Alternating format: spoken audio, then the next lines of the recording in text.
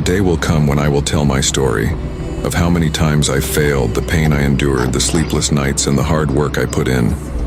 How I was looked down upon, treated poorly, and how I almost gave up but still kept pushing. I didn't know what tomorrow might bring, but I knew that what mattered most was to keep pushing today, hoping that one day I would reach the top. Every small step forward motivated me to push harder and never give up.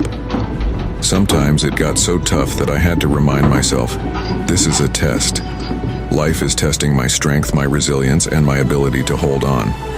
It's testing to see if I'm truly ready for the bright future ahead. When they said, life is the best teacher, they were right. It teaches you lessons you can't learn in any classroom. It doesn't bring out the worst in you, it brings out the best, if you're willing to learn from it. Whatever you're going through right now, remember this.